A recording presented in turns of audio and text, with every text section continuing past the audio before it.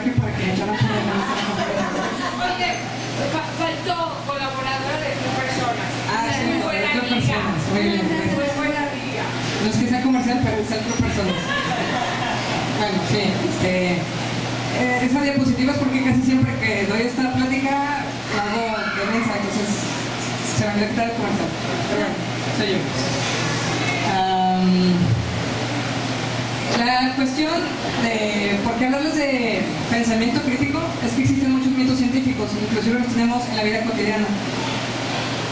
Los de este lado, los del fondo, no me van a dejar mentir, si saben de química, pero para otro lado.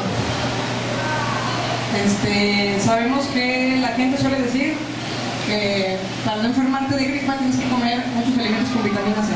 Entonces ahí estamos todos consumiendo guayabas y lo peor del caso es que compramos botecitos de vitamina C adicional todos los días, pero pues el asunto es que probablemente solo necesitamos de 75 a 90 miligramos por día. Y de hecho hay estudios desde hace muchos años que demuestran que una ingesta excesiva en realidad puede provocar daños a la salud y las vitaminas no se acumulan. Eso quiere decir que pues tenemos esta costumbre de estar comprando botecitos de vitamina C, pero no los podemos aprovechar.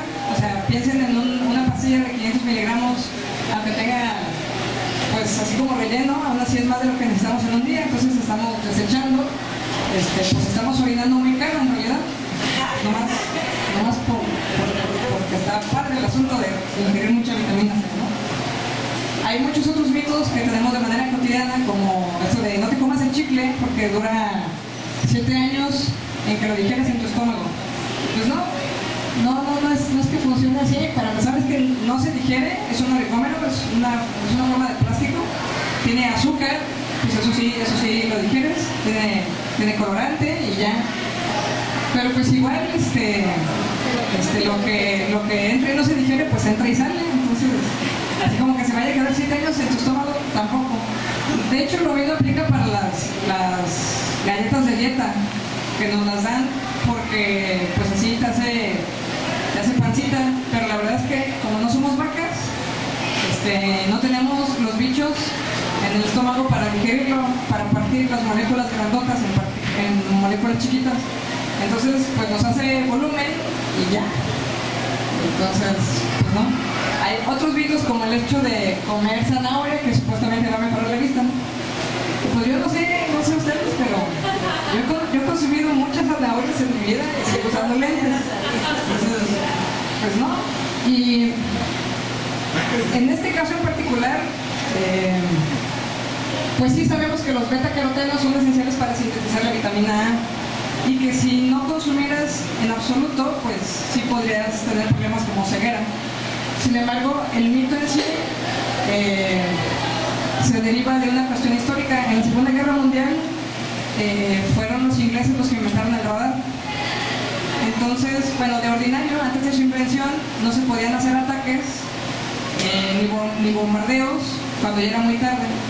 Entonces, había una cierta hora que era como límite para ir a atacar al enemigo.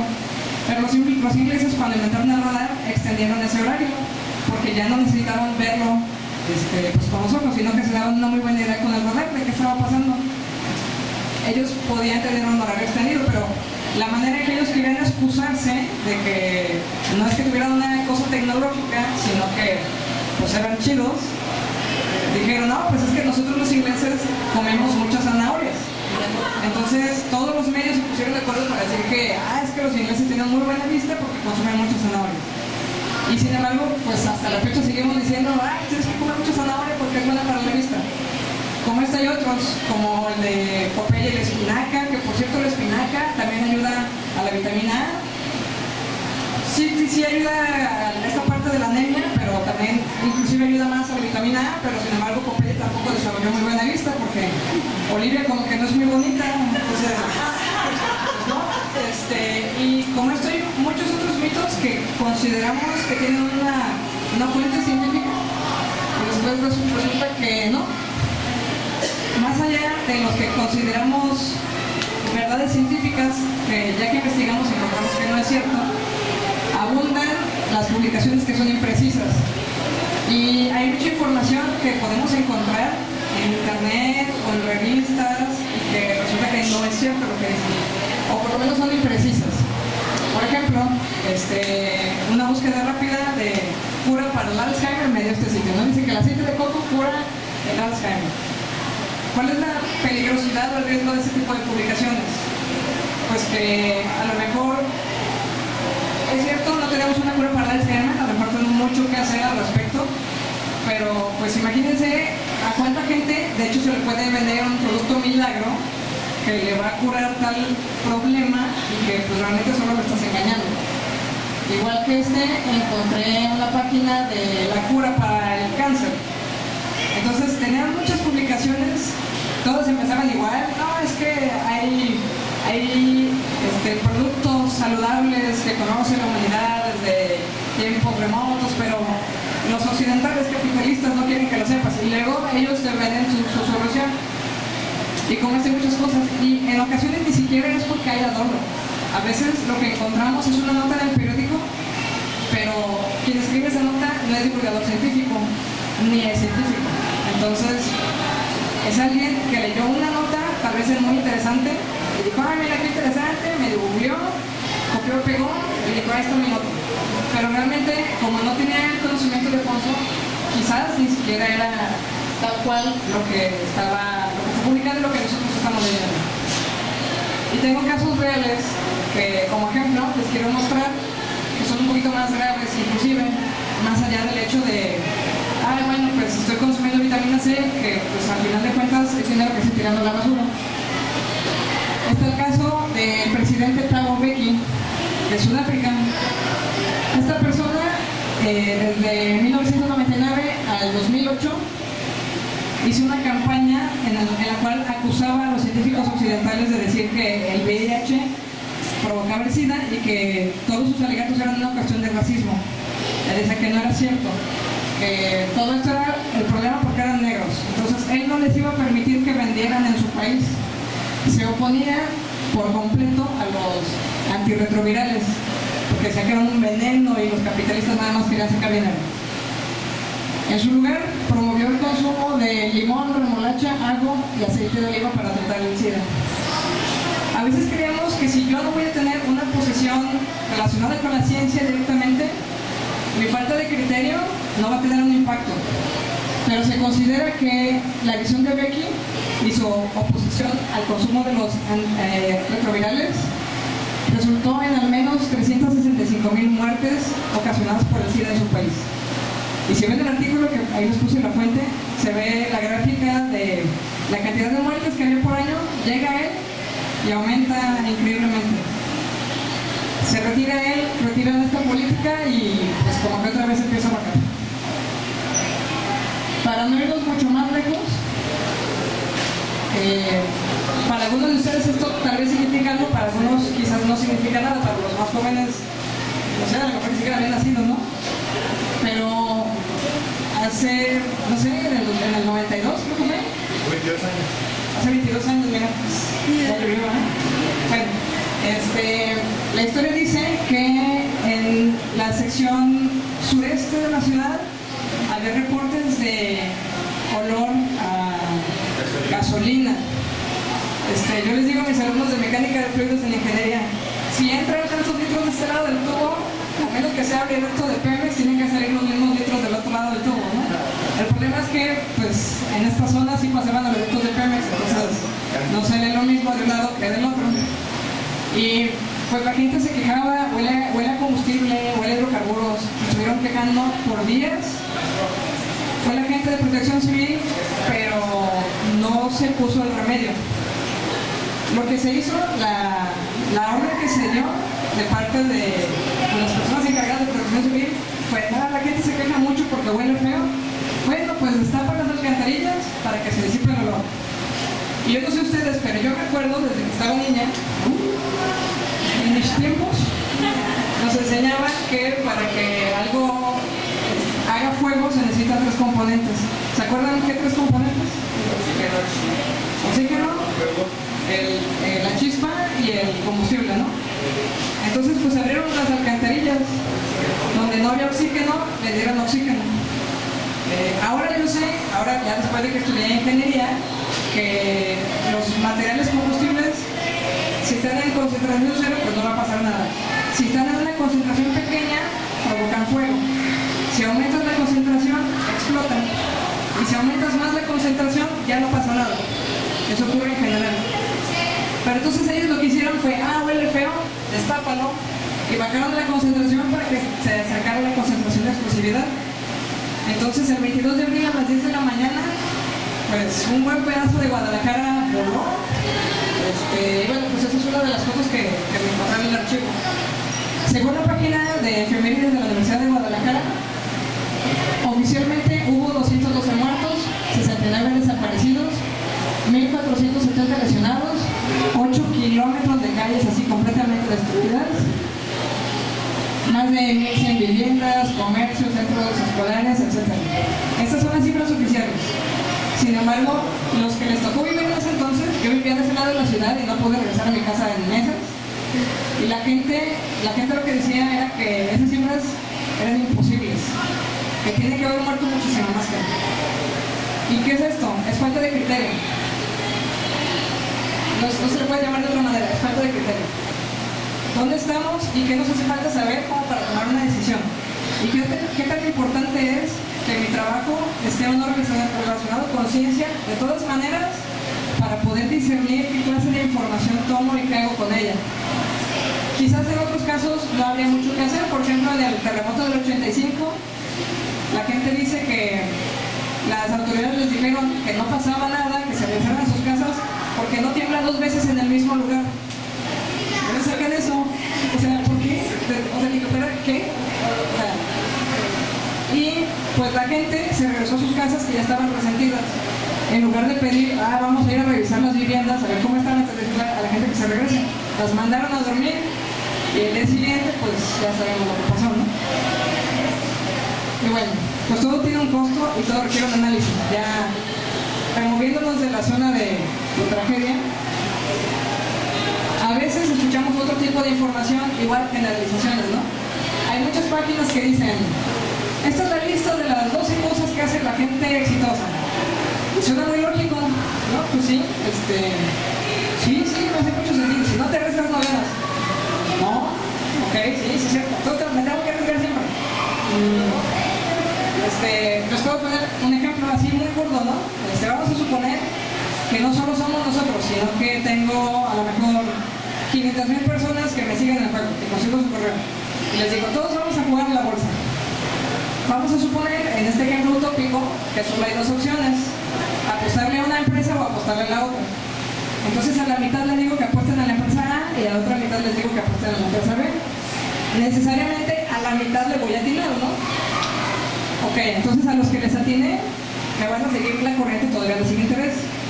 La siguiente vez los vuelvo a dividir en 2, ahora 250,000, 250,000, y así me paso replicando.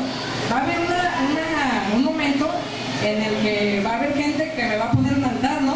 Es que siempre latina, o sea, ya gané millones de dólares. Bueno, sí, pero pues no estamos viendo la historia completa, ¿no? No estamos viendo que a otras 450,000 personas, pues todo lo que le dije estuvo mal. Entonces de repente a veces pasa que vemos artículos, vemos generalizaciones, nos hacen sentido, creemos que son lógicas, creemos que se pueden aplicar a nuestra vida cotidiana y ya no le movemos más. Pero al final de cuentas, pues todo tiene un costo. Y bueno, ¿a qué voy? A que es muy importante que todos desarrollemos el pensamiento crítico.